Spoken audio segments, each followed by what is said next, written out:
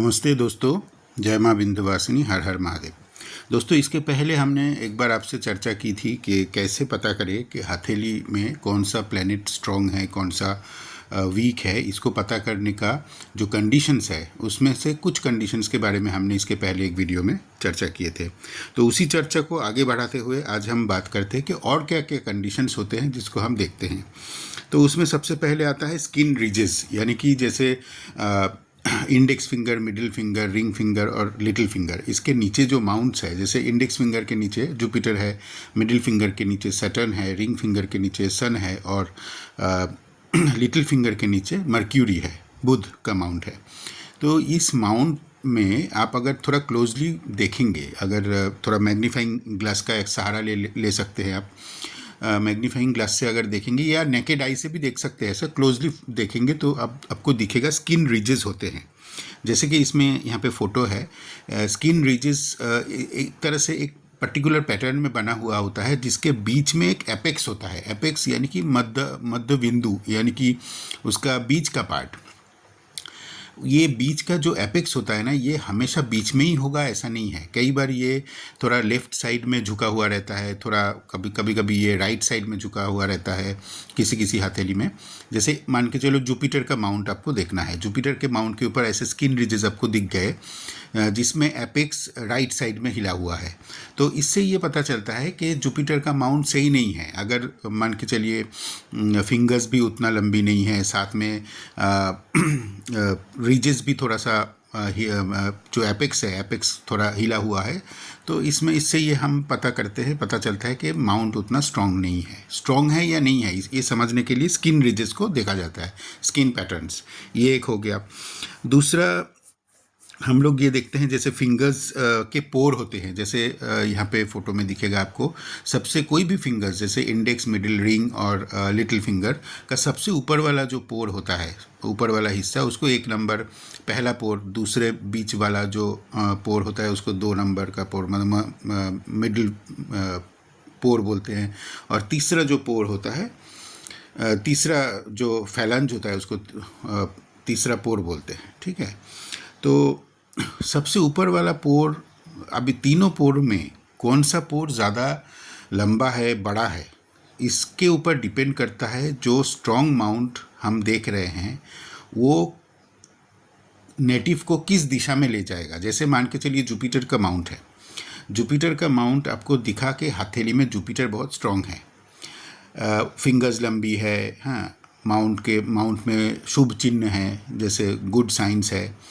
तो उस तरह से आप पता किए, एपेक्स भी ठीक है, तो इस तरह से आपको लगा कि जुपिटर स्ट्रांग है। अब स्ट्रांग है तो जुपिटर किस दिशा में फल देगा, रिजल्ट किस दिशा में देगा, उसको जानने के लिए हमको पोर देखना पड़ता है। अगर फिंगर्स का जो पोर लंबी है, बड़ी है, वो पोर से संबंधित चीज़ों में, वो फिंगर से संबंधित प्लैनेट, उस फिंगर से रिलेटेड प्लैनेट आपको अच्छा फल देगा। जैसे इंडेक्स फिंगर का सबसे ऊपर वाला पोर अगर लंबा है तो जुपिटर देखिए बहुत सारी चीज़ें देता है। जुपिटर स्पिरिचुअलिटी में भी लेके जा सकता है।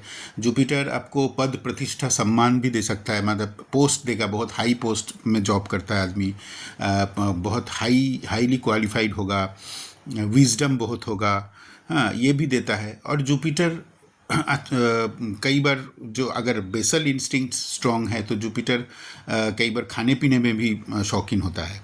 तो कौन सा इफ़ेक्ट आपको आएगा ये जानने के लिए आपको फिंगर्स के पोर देखने होते हैं। हम लोग पोर देखते हैं, तो सबसे ऊपर वाला पोर अगर ज़्यादा लंबी है तो इंसान स्पिरिचुअलिटी, क्योंकि ऊपर वाला पोर जो है ना, ऊपर वाला पोर को मेंटल क्वालिटीज़ के लिए देखा जाता है, और बीच वाला पोर को जो है प्रैक्टिकल पोर होता है, और थर्ड वाला पोर होता है बेसल पोर, यानी कि सबसे निम्न कोटि का पोर।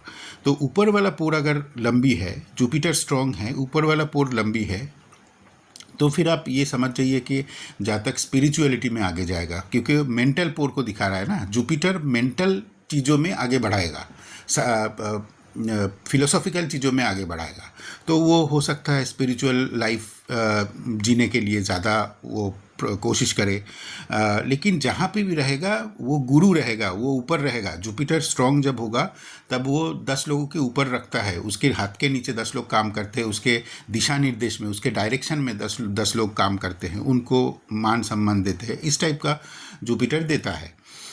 और अगर मिडिल वाला पोर ज़्यादा लंबी है, ऊपर वाला पोर छोटा है, थर्ड वाला पोर छोटा है, बीच वाला पोर ज़्यादा लंबी है, तो फिर ऐसे ऐसे ऐसे फिंगर्स वाले व्यक्ति का उस फिंगर्स से जुड़े हुए जो प्लैनेट है, उस प्लैनेट का प्रैक्टिकल एस्पेक्ट में जातक आगे कोशिश करेगा। जैसे अगर जुपिटर का फिंगर हम देख रहे हैं, इंडेक्स फिंगर का बीच वाला पोर्शन ज़्यादा लंबा है, तो फिर वो प्रैक्टिकल फील्ड में जुपिटर आगे बढ़ाएगा। जुपिटर उसको कोशिश कराएगा IAS या IPS ऑफिसर बनने के लिए, उसको आगे बढ़ाएगा, उस दिशा में कोशिश करेगा कि पद प्रतिष्ठा उन्नति अच्छा हो, और वो पाएगा भी, उसको हासिल भी करेगा। डायरेक्शन उस तरफ से उसका बचपन से ही आपको दिखेगा कि उस तरफ से मतलब वो कोशिश करेगा अपने आप को हमेशा हर चीज़ में आगे रखने के लिए, और उसको वो हासिल करेगा।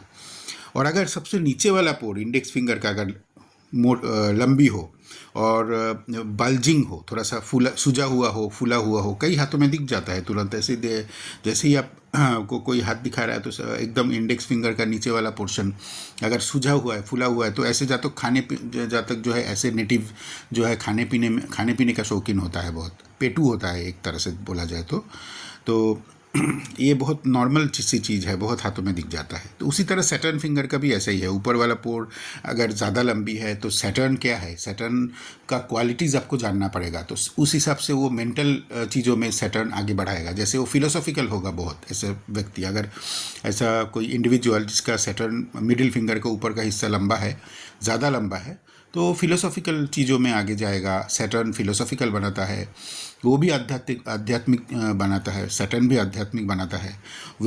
नॉलेज बहुत होता है, उसी दिशा में वो प्रयास करेगा। और बीच वाला अगर ज़्यादा बड़ा है तो उस हिसाब से उसका जैसे परिश्रमी होगा, शारीरिक परिश्रम जिसको फिजिकल लेबर जो बोलते हैं, वो बहुत ज़्यादा करेगा। तो इस हिसाब से हमको समझ में आता है कि कौन सा माउंट स्ट्रॉन्ग है, वो माउंट अगर स्ट्रॉन्ग है तो किस दिशा में जातक आगे बढ़ेगा।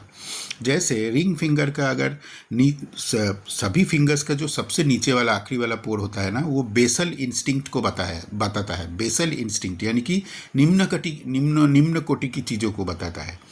तो निम्न कोटि की चीज़, जैसे रिंग फिंगर का अगर बेसल सबसे नीचे वाला पोर ज़्यादा बल्जिंग होगा, ज़्यादा सूझा हुआ होगा, फूला हुआ होगा और बड़ा होगा, तो ऐसे व्यक्ति पॉम्प एंड शो को दिखाता है। यानी कि वो हमेशा अपने आप को दिखाएगा, उसके पास जितना होगा उससे ज़्यादा वो लोगों को दिखाएगा। पॉम्प एंड शो यानी कि वो शोबाजी ज़्यादा करता है। जैसे वो मतलब वो दिखाएगा मेरे पास ये है, वो है, हमेशा फैशनेबल ड्रेस में घूमना, बड़ी बड़ी गाड़ी है, लोगों को बड़ी बड़ी बातें करना और दिखाना, ये सब वो दिखावे में बहुत जाएगा। तो सन का ये भी एक क्वालिटी होता है ना, सन अगर स्ट्रांग होता है तो वो प्रदर्शन की तरफ भी जाता है। अगर बेसल वाला पोर अगर ज़्यादा स्ट्रांग है तो इस तरह से सभी फिंगर्स को देखना चाहिए। कौन सा प्लैनेट अच्छा है या बुरा है ये जानने के लिए, और किस दिशा में जातक को लेके जाएगा, इस दिशा में जानने के लिए फिंगर्स और पोर का बहुत इम्पॉर्टेंट रोल होता है। अच्छा, अभी हम और एक चीज़ बोलते हैं कि जैसे कैसे पता करें कि कौन सा प्लैनेट स्ट्रांग है। ये चारों प्लैनेट्स में से इसमें से एक चीज़ और आती है कि जैसे कोई भी वर्टिकल लाइन अगर किसी भी प्लैनेट के ऊपर एक सिंगल वर्टिकल लाइन अगर है तो वो प्लैनेट बहुत स्ट्रांग है, ये आप समझ जाइए। जैसे इंडेक्स फिंगर या मिडिल फिंगर या रिंग फिंगर या लिटिल फिंगर, किसी भी फिंगर के नीचे अगर एक सिंगल वर्टिकल लाइन अगर है तो वो माउंट बहुत स्ट्रांग है। और इसी संदर्भ में अगर आड़ी रेखाएं है, अगर हॉरिजॉन्टल लाइन है किसी भी माउंट के नीचे, तो वो माउंट बहुत वीक माना जाता है। माउंट्स को लेके चर्चा आगे भी जारी रहेगी। अगर आपको ये वीडियो पसंद आया हो, तो अगर इन्फॉर्मेटिव लगा हो, तो इससे आप कुछ सीख पाए, तो इस वीडियो को ज़रूर लाइक, शेयर और सब्सक्राइब ज़रूर कीजिए। फिर से मिलते हैं अगले वीडियो में, तब तक के लिए जय माँ विंध्यवासिनी, हर हर महादेव, नमस्कार।